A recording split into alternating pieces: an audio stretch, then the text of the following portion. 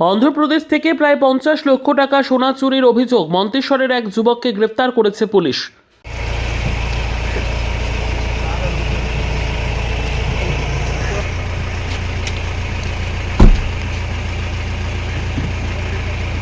অন্ধ্রপ্রদেশে কাজ করতে গিয়ে প্রায় 50 লক্ষ টাকা সোনা চুরির অভিযোগে মন্তেশ্বর থানার ও অন্ধ্রপ্রদেশ রাজ্যের গুন্টুর থানার যৌথ পুলিশ এক ব্যক্তিকে গ্রেফতার করেছে।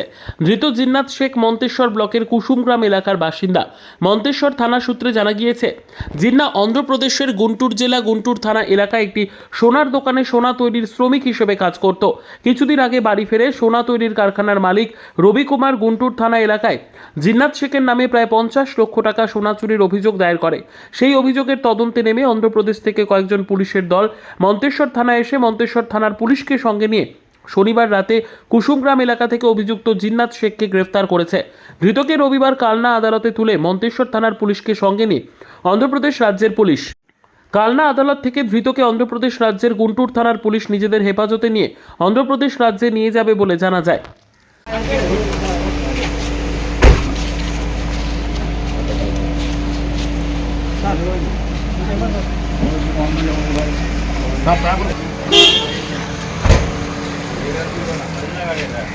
মন্তেশ্বর থেকে জ্যোতির্ময় মণ্ডলের রিপোর্ট, পিবি নিউজ।